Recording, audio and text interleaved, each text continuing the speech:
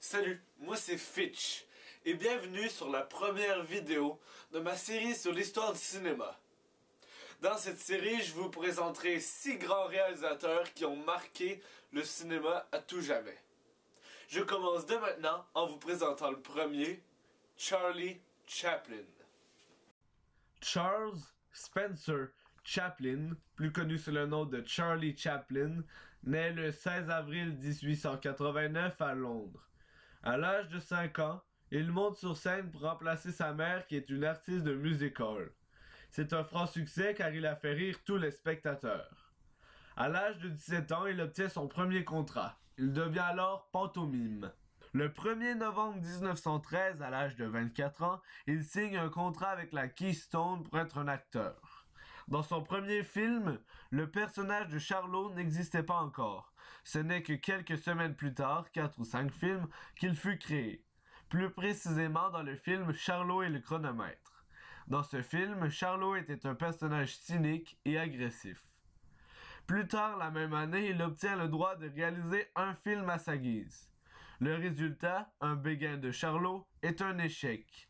Mack Sennett, qui a réalisé les autres films avec Chaplin, revient à la barre pour 4 autres films.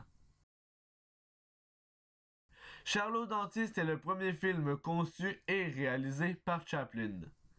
Le film Le roman comique de Charlot et Lolotte est le premier long métrage de Charlie Chaplin en tant qu'acteur. C'est un succès, en effet c'est le film qui débutera sa longue et glorieuse carrière.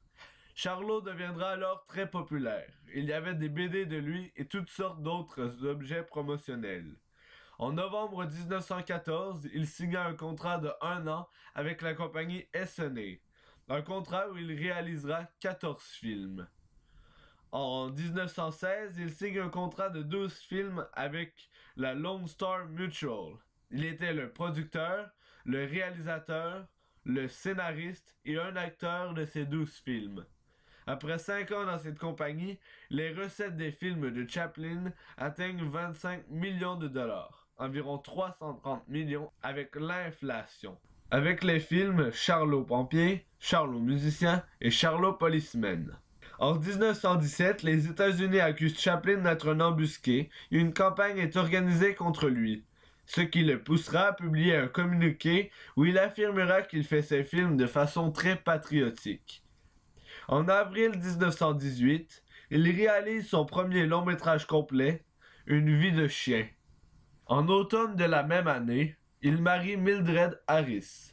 Ce mariage ne durera pas longtemps car elle divorcera 2 ans plus tard pour cruauté mentale. Quelques mois après la naissance du fils de Chaplin, qui naquit avec une malformation et mourra 3 jours plus tard. En 1919, il cofonde la United Artists afin d'être totalement indépendant des producteurs. En 1921, le film Le Kid, un mélodrame mettant en vedette Charlot et un enfant de 4 ans, sortit et fut un énorme succès. En 1924, le film était sorti dans tous les pays du monde sauf l'Union soviétique, la Colombie et la Yougoslavie. Son premier fils naît en juin 1925 et son deuxième l'année suivante. Mais sa vie est loin d'être facile. En effet, il se fait réclamer 1 135 000 $ par le fisc, ce qui équivaut à environ 15 millions de dollars aujourd'hui. Il est sali par la presse à scandale et a été interrogé par la police comme un vulgaire malfaiteur. Il se fait même menacer d'expulsion et saisir les premières bobines de son film Le Cirque. Suite à une grande dépression, il va suspendre le tournage de ce film. En 1936, Chaplin réalise son premier film parlant, Les temps modernes, mais il y dit seulement une phrase avant de faire ses mimiques habituelles. Après la réalisation de ce film, il s'éloigne de Hollywood et part faire le tour du monde. De retour en Californie, il y a plusieurs changements dans sa vie, mais il continue quand même à faire plusieurs autres films, dont le classique Le Dictateur. Je suis désolé, mais je ne veux pas être empereur. Ce n'est pas mon affaire. Je ne veux ni conquérir ni diriger personne.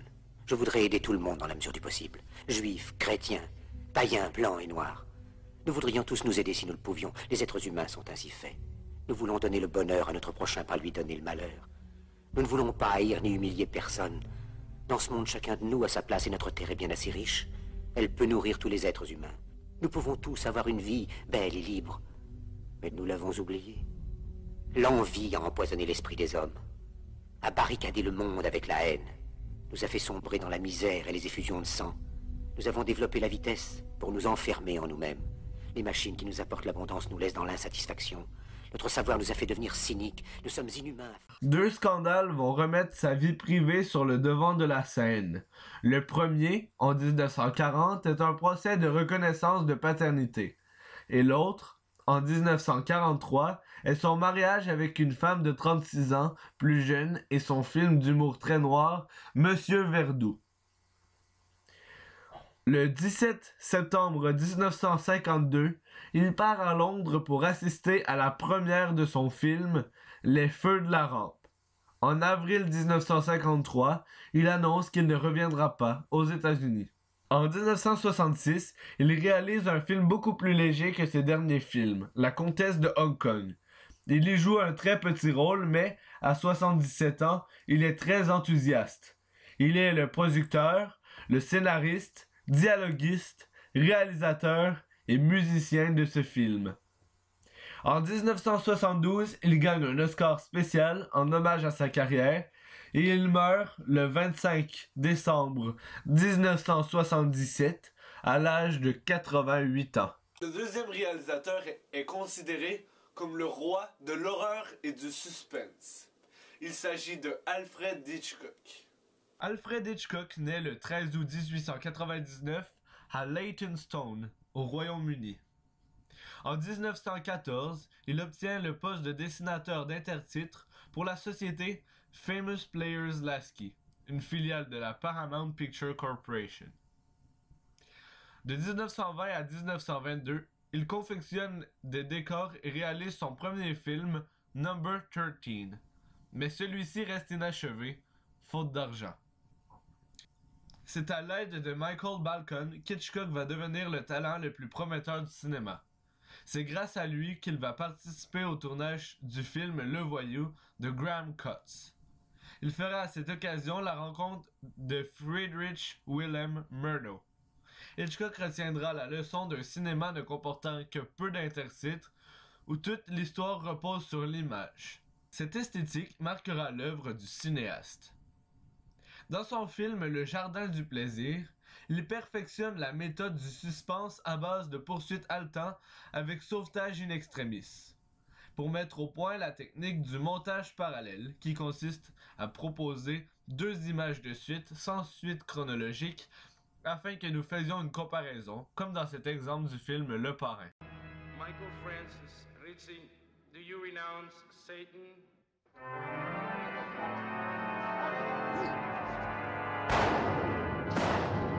I do renounce him.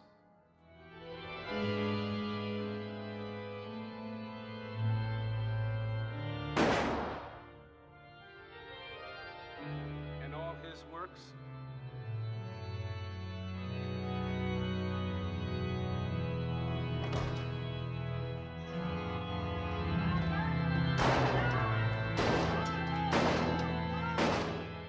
I do renounce them.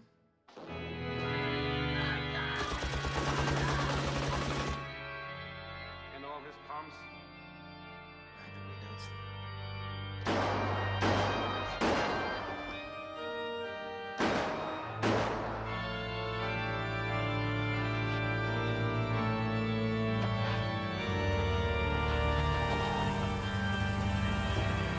Michael Ritchie, will you be back?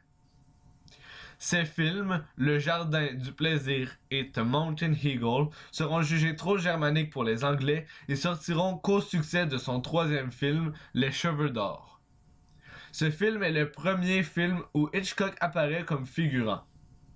En 1927, il réalise Downhill et Le Masque de cuir, qui est son premier scénario original. Il réalise l'année suivante Le passé ne meurt pas, laquelle des trois est Champagne. Ces deux derniers confirment l'immensité et l'humour qui se veut visuel d'Alfred Hitchcock. Hitchcock dira de son film The Manx Man, son seul intérêt est d'être mon dernier film muet. Mais ce jugement sévère est loin d'être justifié. L'arrivée du parlant est bien accueillie par Hitchcock. Le film Chantage, conçu comme un film muet, recevra une bande sonore d'une grande originalité. Mais le succès va éloigner Hitchcock du genre policier. En effet, il participe en 1930 à la réalisation d'une production musicale, Hell Street Calling. Après avoir fait The Skin Game l'année suivante, il réalise deux films très peu appréciés du public. À l'est de Shanghai, une parabole ironique sur le couple, et Number 17, un film d'espionnage un peu trop parodique.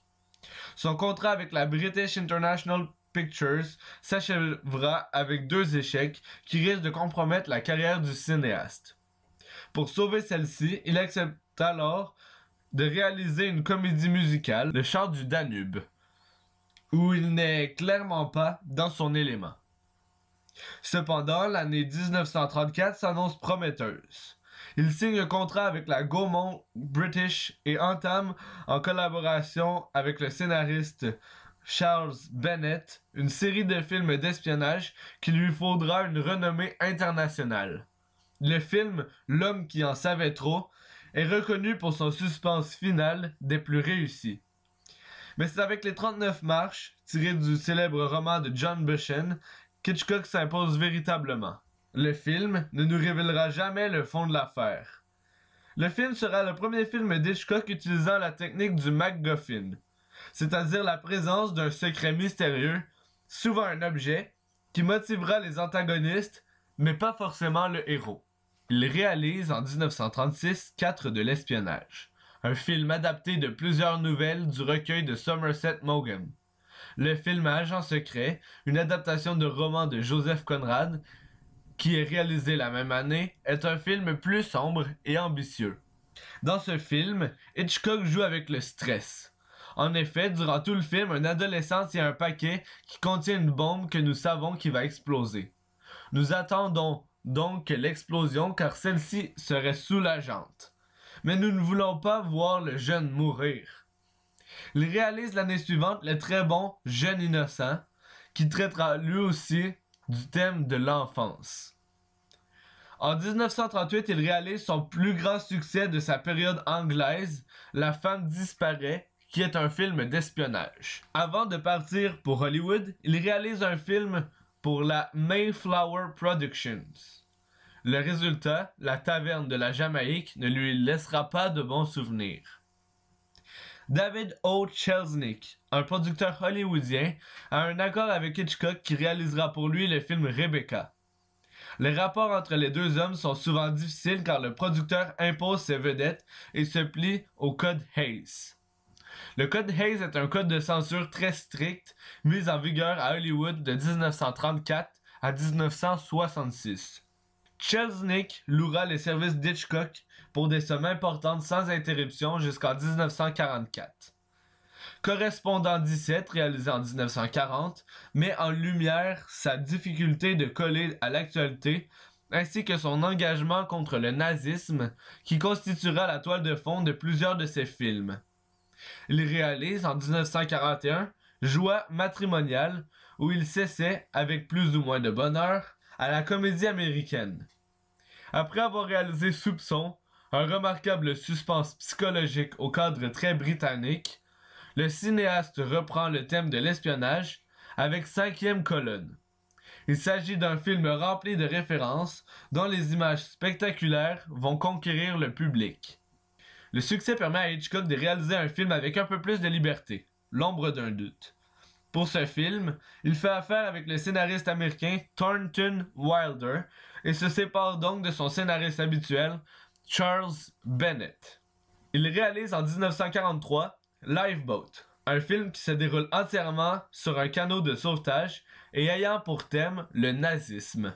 Après avoir réalisé 2 courts-métrages pour le British Ministry of Information, Hitchcock s'attaque à un sujet jusqu'alors absent dans son œuvre, la maladie mentale. C'est au principe de la psychanalyse, alors très à la mode, qu'Hitchcock s'attaque en 1945 avec le film La maison du Dr Edwardes. Ce film est une illustration naïve et laborieuse des théories freudiennes. Il reste encore aujourd'hui un grand film d'amour. Cette scène de rêve a été faite avec la collaboration de Salvador Dali. Il réalise ensuite un autre film d'amour, Les Enchaînés, mais cette fois-ci avec le thème du nazisme. Dans ce film, deux registres s'entrecroisent. Le registre érotique et le registre du thriller, traité avec brio. On retrouve ce principe avec le procès Paradine, mais cette fois-ci appliqué au monde judiciaire.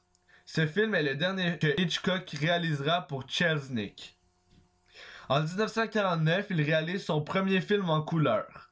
Ce film relève de la prouesse puisqu'il est constitué d'un plan unique. Malheureusement, cette technologie prive le cinéaste du rythme et de l'impact habituel. Pour la première fois dans l'œuvre d'Hitchcock, le meurtre ne se fait pas hors champ, mais avec un gros plan. La même année, il réalise un autre film d'amour, Les Amants du Capricorne. L'année suivante, il réalise Le Grand Alibi, une réflexion sur le théâtre, le vrai et le faux. De retour à Hollywood, il entreprend l'année suivante ce qui deviendra l'une de ses œuvres les plus populaires.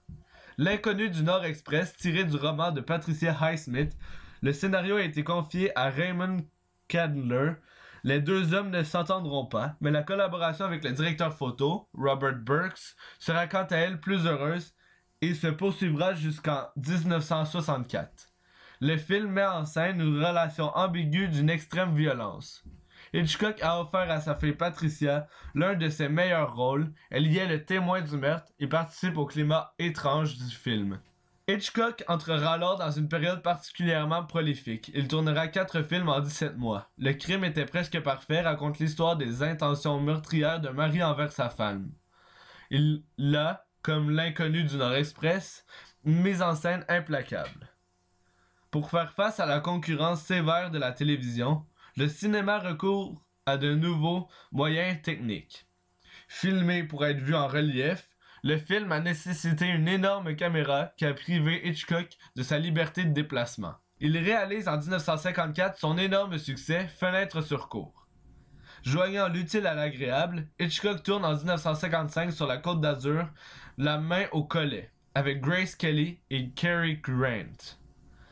Avant d'offrir l'année suivante Mais qui a tué Harry, une comédie tournant autour d'un cadavre.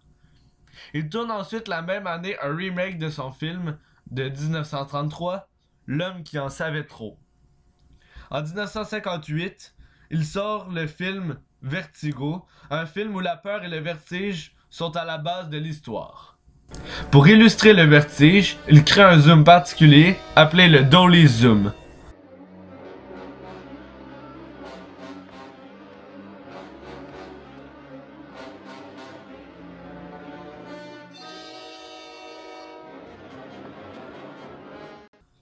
Le ton adopté dans son film suivant, La mort aux trousses, est beaucoup plus léger, mais on peut déceler un lien avec le film précédent. Avec Psychose, Hitchcock manipule le public de bout en bout avec une redoutable efficacité. Il a même donné la consigne à tous les diffuseurs du film de refuser tous les retardataires. Dans ce film, il comble son goût du voyeurisme jusqu'à l'horreur, avec la fameuse scène du meurtre sous la douche, où les coups de couteau s'accompagnent de la musique stridente de Bernard Herrmann.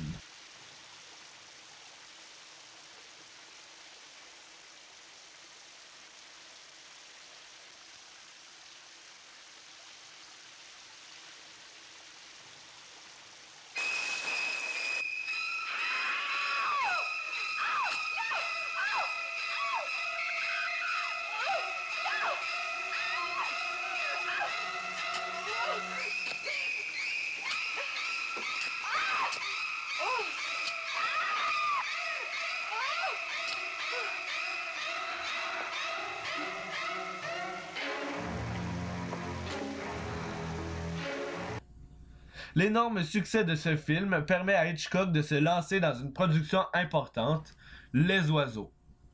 Dans Pas de printemps pour Marnie, Hitchcock s'intéresse de nouveau à la psychanalyse. Après 2 films d'espionnage, Le Rideau déchiré et Leto, qui ont respectivement pour toile de fond la guerre froide et l'affaire cubaine, Hitchcock revient à des choses plus terre à terre pour son nouveau film Frenzy. Le lien maintes fois esquissé par le cinéaste entre la nourriture et la mort trouve ici une expression policière des plus malicieuses. Hitchcock réalisera son 53e et dernier film en 1976, Complot de famille. Pour sa dernière apparition à l'écran, Hitchcock n'est plus qu'une ombre derrière une porte vitrée. Il mourra le 29 avril 1980 sans avoir pu tourner The Short Night, le scénario sur lequel il travaillait depuis plusieurs années. Je vous remercie d'avoir regardé cette vidéo. Je vous retrouve pour la suite de la série dans quelques jours.